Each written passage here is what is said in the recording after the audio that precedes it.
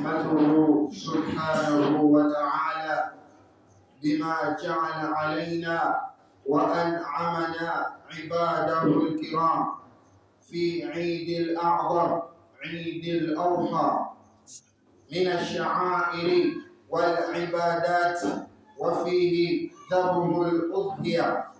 هي سنة مؤكدة للقادرين، ويستحب تقسيمها إلى 3 أقسام: جزء لأهل البيت وجزء للأقارب والأصدقاء وجزء للفقراء والمحتاجين.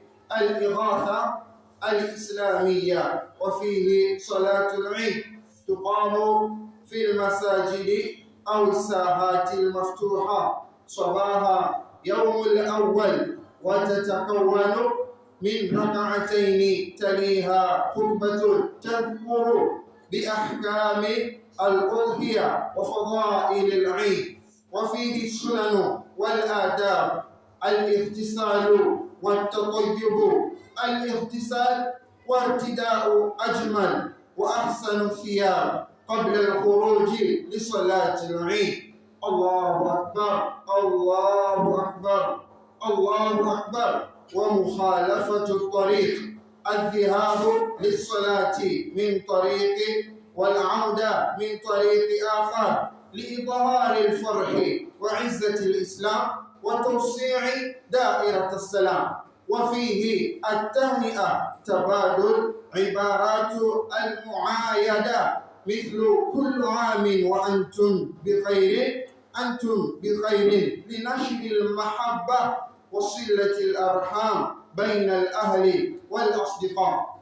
فهذه كلها من الله تبارك وتعالى في نعمته وفضائله لعباده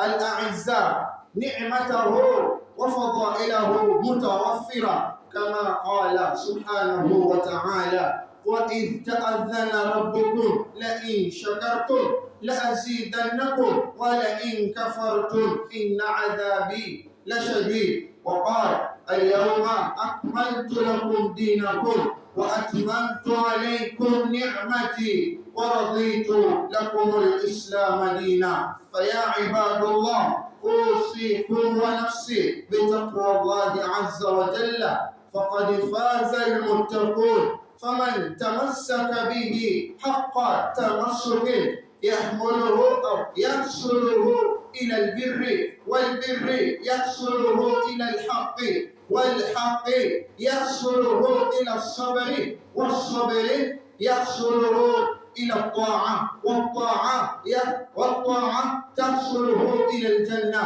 كما قال تعالى بعد: أعوذ بالله من الشيطان الرجيم، بسم الله الرحمن الرحيم: يا أيها الذين آمنوا أطيعوا الله وأطيعوا الرسول وأولي الأمر منكم، فإن تنازعتم في شيء فردوه إلى الله والرسول إن كنتم تؤمنون بالله واليوم الآخر، ذلك خير وأحسن تأويلا. كما أطاع سيدنا إبراهيم عليه السلام على وحي ذبح ابنه إسماعيل عليه السلام، والإثبات على هذا في القرآن الكريم. فلما بلغ معه السعي قال: يا بني إني أرى في المنام أني أذبحك فانظر ماذا ترى. قال: يا أبت افعل ما تؤمر ستجدني إن شاء الله من الصابرين. فلما أسلم وتله للجبين وناديناه أن يا إبراهيم قد صدقت الرؤيا إنا كذلك نجزي المحسنين وفديناه بذبح عظيم. Baada kumhimidi Allah subhanahu wa ta'ala na kumtakia rehma na amani Bwana Mtume Muhammad sallallahu alaihi wasallam, nahmaduhu subhanahu wa ta'ala, shukrani za dhati kwa Allah subhanahu wa ta'ala kwa yale ambayo kwamba Allah tabaraka wa taala ametuneemesha sisi waja wake, miongoni mwa waja wake ambao kwamba ametupatia neema zake Allah subhanahu wa ta'ala. Wa min ni'matihi wa fadailihi, katika neema zake Allah tabaraka wa taala ametuneemesha nazo katika fadla ambazo Allah subhanahu wa taala ametufadhilisha. Ya kwanza kabisa ni hali ya kumkubali Allah subhanahu wa ta'ala ni'mata al-haqi wa ni'matu kalimatu al-ikhlas, neema ya kumkubali Allah subhanahu wa ta'ala, neema ya kumkubali kalima la ilaha illa Allah Muhammadur Rasulullah. Wa neema thania, na neema nyingine ndugu zangu katika imani, ni kufikiwa na mwezi mtukufu miongoni mwa miezi ashhurul hurum, miezi mitukufu. Allah tabaraka wa taala anatuelekeza katika Qur'an, inna iddatash shuhuri inda Allahi 12 shahran fi kitabillah yawma khalaqas samawati wal ardh minha arba'atun hurum, katika miezi 12 katika kalenda ya Kiislamu Allah subhanahu wa ta'ala ameitoa ndani yake miezi minne, kaisifu kwamba miezi hiyo ni ashhurul hurum, miezi ambayo kwamba ni mitukufu, na mmojawapo ni mwezi huu wa Dhulhijja. Nahmaduhu ala ni'mihi alkarim, tumshukuru Allah subhanahu wa ta'ala kwa neema hii tukufu, neema hii kubwa ya kufikiwa na mwezi huu mkubwa, mwezi huu mtukufu katika kalenda ya Kiislamu, kufikiwa na awailil ashri min Dhulhijja, siku 10 za mwezi wa Dhulhijja, kwani Mtume sallallahu alaihi wasallam kazisifia siku hizi ya kwamba siku hizi mami yaumi al-amalu salih ahabbu ila Allah min hadhihi al-ashr, matendo bora yanapendeza zaidi kwa Allah subhanahu wa ta'ala katika siku hizi 10 za mwezi wa Dhulhijja. Bal fihi yawmun man samaha ikhlasan lillah, bali pia kuna siku ndani ya hizi siku 10 man samaha, atakayefunga siku hiyo ikhlasan lillah, kwa ajili ya Allah subhanahu wa ta'ala, yukaffiru Allahu anhu sayi'atuhu sagha'ir dhunub lisanatu al-madhiya wa sana al-baqiya. Allah subhanahu wa ta'ala anamsamehe madhambi yake madogo madogo, yale ambayo kwamba yametangulia ya mwaka mzima na yale ambayo kwamba yanakuja kwa mwaka mzima. Hadhihi kullaha min ni'amillah wa fadaili, hizi zote ni katika neema za Allah subhanahu wa ta'ala na ubora wake, na kwamba Allah subhanahu wa ta'ala anatutakia kheri sisi waja wake. Wallahi ni neema kubwa Muislamu kwa makosa ambayo kwamba tunayafanya kwa kujua na kwa kutojua. Makosa hayo yatoshelezwa na siku moja ambayo ni siku ya Arafa. Siku hiyo ilikuwa siku ya jana. Hii ni neema kubwa ndugu zangu katika imani, hatuna budi kumshukuru Allah tabaraka wa taala. Ikhwatal kiram, kama qultu lakum awalan usikum wa nafsi bitaqwa Allah azza wa jalla, kama nilivyowaelezea ndugu zangu katika imani, cha kwanza kabisa Waislamu wakiipata fursa kama hii, almuhimu wa aula shay'un, jambo muhimu kabla ya yote ni kuhusiana katika kumcha Allah subhanahu wa ta'ala, kuhusiana katika kumcha Allah tabaraka wa ta'ala, kumwogopa Allah subhanahu wa ta'ala, kuhamasishana kuwa katika istiqama, kuwa katika siratul mustaqim, kuwa katika msimamo katika ibada zake Allah subhanahu wa ta'ala. Hadha awla shay, faqabla kulli shay usi nafsi wa nafsikum, kabla yote nayusia nafsi yangu wa anfusakum, na nafsi zenu ndugu zangu katika imani.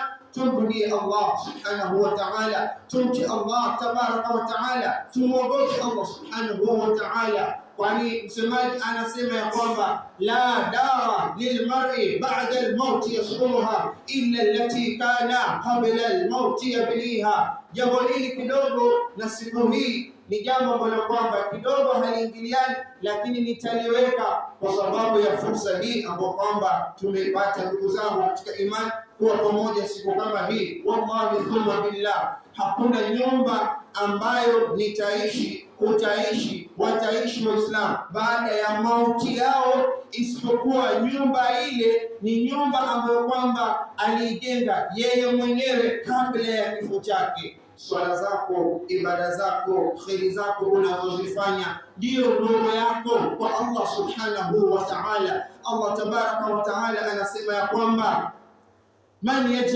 faman lam yaj'al Allahu lahu nuran fama lahu min nur, kama hutomfanya Allah subhanahu wa ta'ala awe yeye ndiyo nuru yako, basi ni wapi utakapoitoa nuru baada ya wewe kurudi kwa Allah subhanahu wa ta'ala? Ndio maana ahamu shay, jambo muhimu kabisa kwa Waislamu tukikutana kama hivi ni kuhusiana na kuhamasishana katika kumwogopa Allah subhanahu wa ta'ala, kwa sababu ukiwa na haki ya kumcha Allah subhanahu wa ta'ala, hiyo ndiyo njia na ndiyo tariq, ndiyo njia ya kupata msamaha na amani kwa Allah tabaraka wa ta'ala. Faman tamassaka, yule ambaye kwamba atashikamana na ucha Mungu, haki ya kumcha Allah subhanahu wa ta'ala, basi ajue ya kwamba attaqwa, haqa taqwa, ucha Mungu wa kikweli kweli, wallahi thumma billah, yahsuluhu ila albirri. Ukiwa mcha Mungu wa kikweli kweli kwa Allah subhanahu wa ta'ala, basi wewe itakusababishia uwe ni mtu mwema, mambo yako yawe yanamridhisha Allah subhanahu wa ta'ala. Walbirri yahsuluhu ila alhaqi, na wema ukishikamana nao Muislamu siku zote utakuwa katika njia ya haki. Walhaqi yahsuluhu ila sabri, na haki inamfanya mtu anakuwa katika subra, katika ibada za Allah subhanahu wa ta'ala. Wasubra yahsuluhu ila taa, na subra inakupelekea Muislamu unakuwa katika taa za Allah subhanahu wa ta'ala. Wa taa tahsuluhu ila aljanna, na ukishikamana na taa, ukishikamana na ibadati ambazo kwamba Allah subhanahu wa ta'ala amekuamrisha uzifanye, basi zile taati zote Muislamu zinakusababishia unaingia katika pepo ya Allah subhanahu wa ta'ala. Kama qala ta'ala, kama alivyosema Allah subhanahu wa ta'ala, ya ayyuhalladhina amanu atiu Allah wa atiu Rasul wa ulil amri minkum, mlioamini mtuini Allah subhanahu wa ta'ala na mumtii Bwana Mtume Muhammad sallallahu alaihi wasallam, na muwatii viongozi wenu katika khairi. Ikiwa ni kiongozi wako, mtii katika khairi. Jambo lolote ambalo kwamba si la maasiya, si jambo ambalo kwamba ni la haram, wewe hauna ruhusa ya kumpinga kiongozi wako ikiwa atakuongoza katika haki. Wallahi, Waislamu wakishikamana na mambo haya ndiyo sabili na ndiyo tariqa, ndiyo njia ya kwenda katika mafanikio. Tuangalie kisa nabiyuna au sayyidina Ibrahim alayhi salam wa ibnahu Ismail. Sayyidina Ibrahim alayhi salam amefanya nini mpaka Allah subhanahu wa ta'ala kamsifia zaidi ya mara 3 katika Qur'an? وتركنا عليه في الآخرين وتركنا عليه في الآخرين وتركنا عليه في الآخرين. يعني aliyoyafanya Sayyidina Ibrahim alayhi salam, Allah subhanahu wa ta'ala anamsifia katika Qur'an kwamba hali alizokuwa nazo na taa aliyokuwa nayo inapigiwa mfano kwa Uislamu. Watarakna alayhi fil akhirin, katika sura as-Saffat amesifiwa zaidi ya mara 3 Nabiyullah au Sayyidina Ibrahim alayhi salam. Madha ataa Sayyidina Ibrahim alayhi salam, alituinini Sayyidina Ibrahim alayhi salam kwa Allah subhanahu wa ta'ala. Wa kama qultu lakum ataa tahsuluhu ila aljanna, kama nilivyowaambia kwamba taa, ukishikamana na taa, ile taa inakusababisha unaingia katika pepo ya Allah subhanahu wa ta'ala. Madha ataa Sayyidina Ibrahim alayhi salam wa ibnahu Ismail alayhi salam, kama ataa Sayyidina Ibrahim alayhi salam, kama alivyomtii Sayyidina Ibrahim alayhi salam Allah subhanahu wa ta'ala ala wahyi dhabih Ismail. Sayyidina Ibrahim amepatiwa wahi na Allah subhanahu wa ta'ala. Wahi wani wahi wa kumchinja mwanaye Ismail, wahi wa kumchinja mwanaye Ismail, kwa vile anavyojua Uislamu na anavyojua thamani, anavyojua umuhimu wa kutii awamiri za Allah subhanahu wa ta'ala. Basi jambo lile hakulikataa Sayyidina Ibrahim alayhi salam, wal ithbatu fi dhalik, na uthibitisho na dalili katika hayo sura As-Safat. Qala subhanahu wa ta'ala falamma balagha ma'ahu sa'ya qala ya bunayya inni ara fil manami anni adhbahu fanzur madha tara qala ya abati fa'al ma tu'mar satajiduni insha Allah min as-sabirin.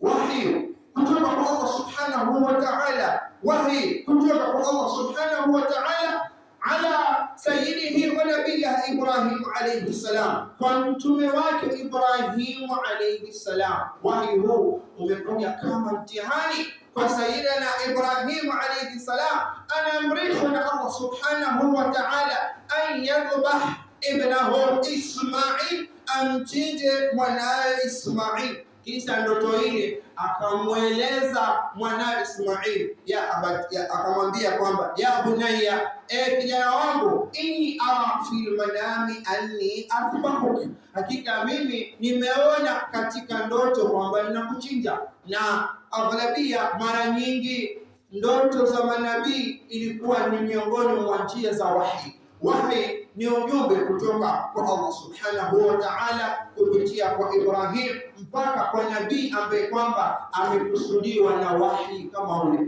Sasa Nabiiullah Ibrahim alayhi salam akapata wahi huu kutoka kwa Allah subhanahu wa ta'ala amchinje mwanae Ismail, lakini wahi huu aliyopata ala sabili almanam wa ru'ya, kwa njia ya ndoto. Akamuuliza mwanae, ya bunay inni ara fil manami anni adhbahu fanzur madha tara. Mwanae akasema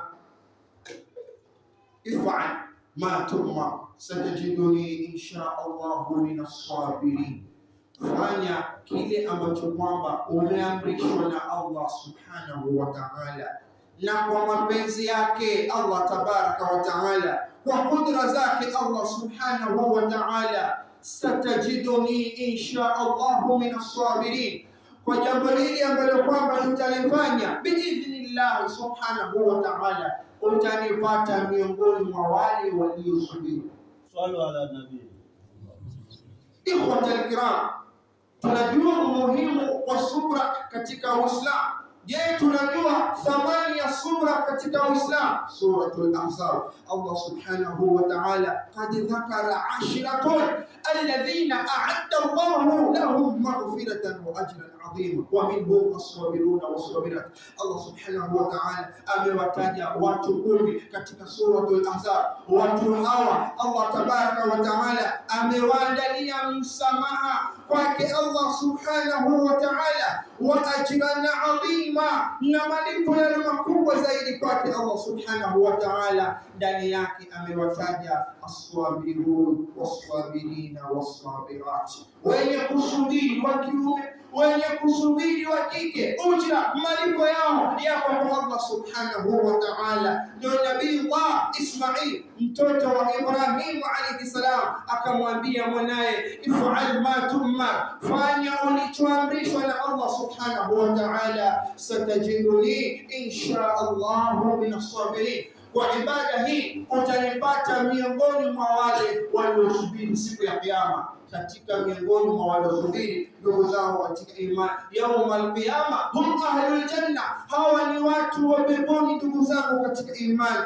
kama qultu lakum haqa, kama qultu lakum man tamassaka bittaqwa haqa tamassukin yahsuluhu ila albirri wal birri yahsuluhu ila alhaqqi wal haqqi yahsuluhu ila as-sabri was sabri yahsuluhu ila at-ta'a wat ta'a tahsuluhu ila aljanna. Ta'a, kushikamana na maamrisho ya Allah subhanahu wa ta'ala. Allah anataka hivi, fanya anachokitaka Allah tabaraka wa ta'ala. Mtume sallallahu alaihi wasallam ameeleza hivi, fanya anachokieleza Mtume sallallahu alayhi wasallam.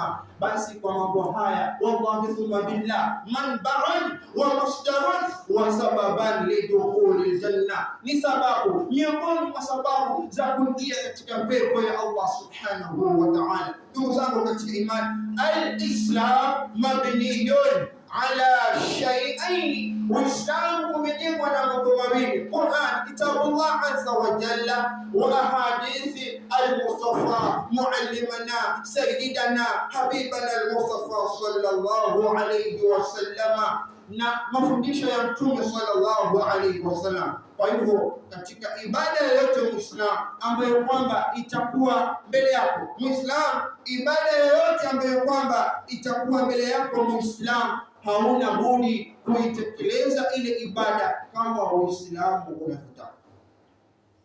Kuna watu watakwenda kujuta siku ya Kiyama, wal-iyadhu billah. Suratul Furqan, وقدمنا إلى ما عملوا من عمل فجعلناه هباء منثورا. Kuna watu watakwenda kujuta kwa Allah subhanahu wa ta'ala, wamefanya khairi wakafanya hasanat, lakini wakifika kwa Allah khairi zile zikoje? Habaan manthura, ni kama vumbi. Khairi zile haziwasaidii kitu chochote. Hii ni sababu gani? Ni kwa sababu mtu huyo alikuwa na ulazima wa ibada fulani, ulazima ule hana uhakika nao, unafanya ibada kwa wasiwasi. La, Qur'an imetueleza kila kitu. Ikhwan fillah, ad-dinul islam dinu shamila. Uislamu ni dini ambayo kwamba imekusanya kila kitu. Ikiwa unataka kuifanya ibada aina yoyote ile, na ibada ile hauna ilmu nayo, wapi unapata ujasiri wa kutekeleza ibada kama ile?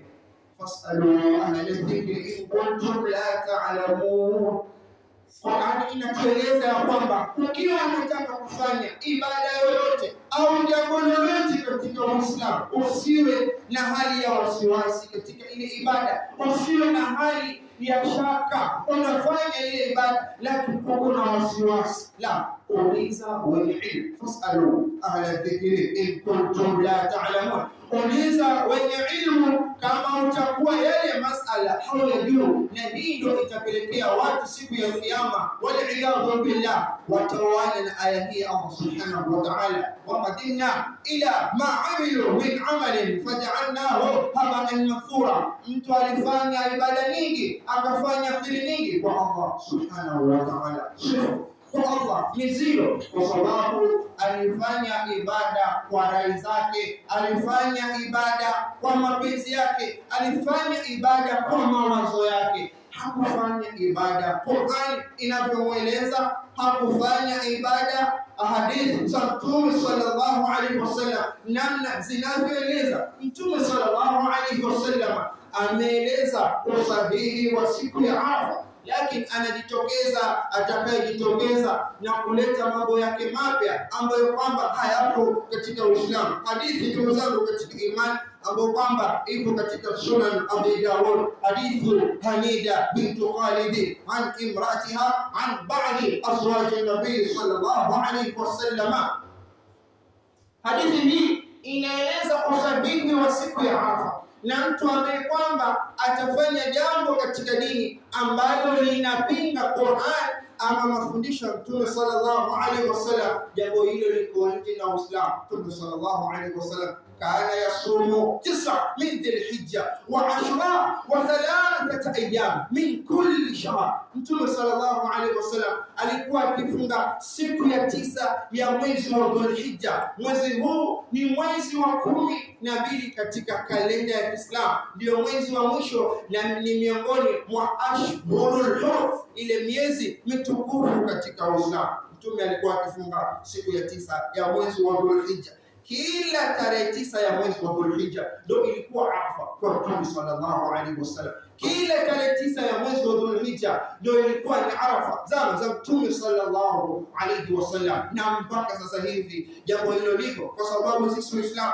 tunatakana kuishi kwa mfano wa Mtume sallallahu alaihi wasallam. Tusiweke ufundi wetu katika Qur'ani ama mafundisho ya Mtume sallallahu alaihi wasallam. Wa Ashura pia alikuwa akifunga sunna ya Ashura. Ashura ni siku ya 10 ya mwezi wa Muharram.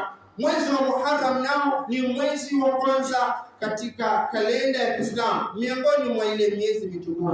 Na Allah subhanahu wa ta'ala katika mwezi hii, Allah tabaraka wa ta'ala madha arshadana fil Qur'an, ametuambia nini katika Qur'an? Fala tadhlimu fihinna anfusakum, msizidhulumu nafsi zenu katika miezi hii mitukufu. Kuzidhulumu nafsi zenu ni vipi? Waman yataadda hududa Allahi faqad zalama nafsa, yule ambaye kwamba ataipita mipaka ya Allah subhanahu wa ta'ala, huyo atakuwa ni dhulumu nafsi yake. Unajua swala ni wajibu lakini hauswali, unaidhulumu nafsi yako. Unajua funga ni wajibu, haufungi, unaidhulumu nafsi yako. Arafa inakuja mara moja kwa mwaka, na ni fursa ya wewe kusamehewa madhambi yako yaliyopita mwaka mzima na yanayokuja mwaka mzima, madhambi madogo madogo. Lakini Arafa ile hauipatii umuhimu, unaiwacha Arafa miaka 5, miaka 10, mpaka unafikiwa na mauti. Fursa hii ndogo umeikosa, subhanallah. Fursa hii ndogo umeikosa Muislamu, hii inakuwa ni hatari. Hapa unaidhulumu nafsi yako. Una uwezo wa kutoa, hautoi kwa ajili ya Allah subhanahu wa ta'ala, unaidhulumu nafsi yako. Hautoi sadaka na uko na uwezo wa kutoa sadaka, unaidhulumu nafsi yako. Fala tadhlimu fihinna anfusakum, msizidhulumu nafsi zenu katika miezi hii mitukufu, Idha ikhwatal kiram, chochote katika ibada, ndugu zangu katika imani, tunatakikana kuwa nacho makini. Ukitaka haki, wallahi thumma billah, wapo watu sasa hivi shughuli zao ni za dawa, na watu hawa wako katika haki. Ukitaka haki, mwendee mwanachuoni, mfuate mwanachuoni. Bwana, kuna masala haya nataka kuyafanya, lakini vipi mikakati katika dini? Vipi mikakati katika Uislamu? Harakati hizi zinataka taratibu gani katika Uislamu? Wallahi thumma billah, ukiwa na nia hii utaipata haki, kwa sababu kila kitu kipo katika Uislamu. Kila kitu kina haki yake, kila kitu kina ukweli wake. Ndio Allah akasema katika sura al-Baqara, wala talbisu al-haqqa bil batil wa taktumu al-haqqa wa antum ta'lamun, msichanganye haki na batil, mkaificha haki hali ya kuwa mnajua. Kwa hivyo haki ipo katika jambo lolote, haki ipo katika jambo lolote. Katika Arafa haki ipo, katika Eid al-Adha haki ipo, katika ndoa haki ipo, katika misiba haki ipo. Tusiweke mambo ambayo kwamba hayapo katika Uislamu. Hapa tutakuwa, ndugu zangu katika imani, tunajibebesha mzigo kwa Allah subhanahu wa ta'ala. Idhan ahamu shay'in ikhwata al-kiram, nadumu ala ta'at, nadumu ala sabr, nadumu ala albirri, nadumu ala kulli ma yudillah, tudumu katika kila kinachomridhisha Allah subhanahu wa ta'ala, kama alivyomtii Sayyidina Ibrahim Allah subhanahu wa ta'ala katika amri ya kumchinja mwanawe Ismail alayhi salam.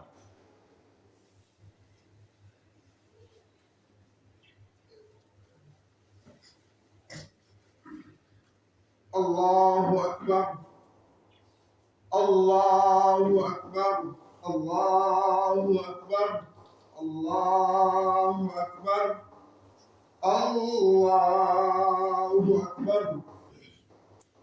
Qala subhanahu wa ta'ala, falamma balagha ma'ahu as-sa'ya qala ya bunay inni ara fil manami anni adhbahu fanzur madha tara. قال يا أبت افعل ما تؤمر ستجدني إن شاء الله من الصابرين. Wahi ule uliokuja kwa Nabiiullah Ibrahim alayhi salam, kisha akaufanyia kazi Nabiiullah Ibrahim alayhi salam, kaikubali amri ile. Mwanae Ismaili kaikubali amri ile. Basi falamma aslama watallahu liljabin, Nabiiullah Ismail ambaye ni mtoto wa Ibrahim alipoikubali amri ile, akajisalimisha kile kitendo kufanywa na Ibrahim ambaye kwamba ni baba yake.